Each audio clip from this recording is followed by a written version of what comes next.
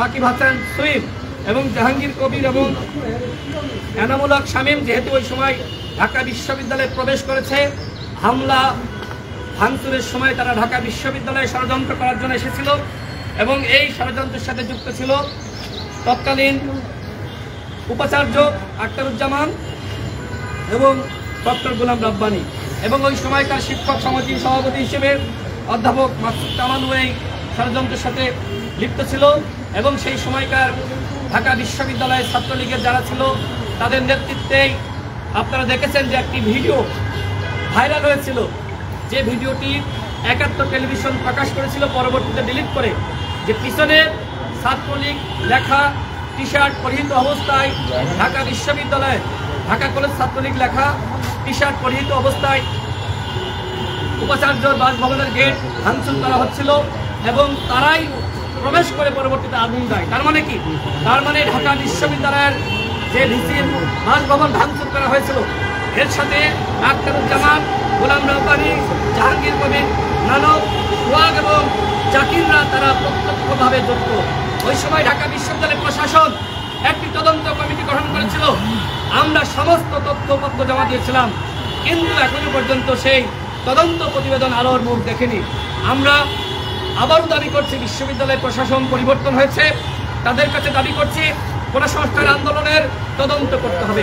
তারা ঢাবি ভিসির বাসভবনে আগুন দিয়েছে তাদেরকে খুঁজে বের করতে হবে এবং যে সকল আসামিদের আমরা নাম উল্লেখ করেছি আগামী 48 ঘন্টার মধ্যে এই সকল সন্ত্রাসীদেরকে গ্রেপ্তার করতে হবে। আমরা এই দাবি জানিয়েছি। ওসি সাহেব বলেছেন মামলা তিনি গ্রহণ করেছেন, আমরা পরবর্তী পদক্ষেপ দেখতে চাই এবং আমাদের উপরে 2018 সাল থেকে আজ অবধি যারা হামলা চালিয়েছে, নির্যাতন করেছে, যারা ডাকসু হামলা করেছিল, আমরা তাদের প্রত্যেকের নামে মামলা দায়ের করব। সর্বশেষ যে কথা বলবো, ডাকসু নির্বাচন নিয়ে যে কার্যত হয়েছিল তার প্রেক্ষিতে ওই সময় আমি অভিযোগ দিয়েছিলাম নির্বাচনের পরপরই।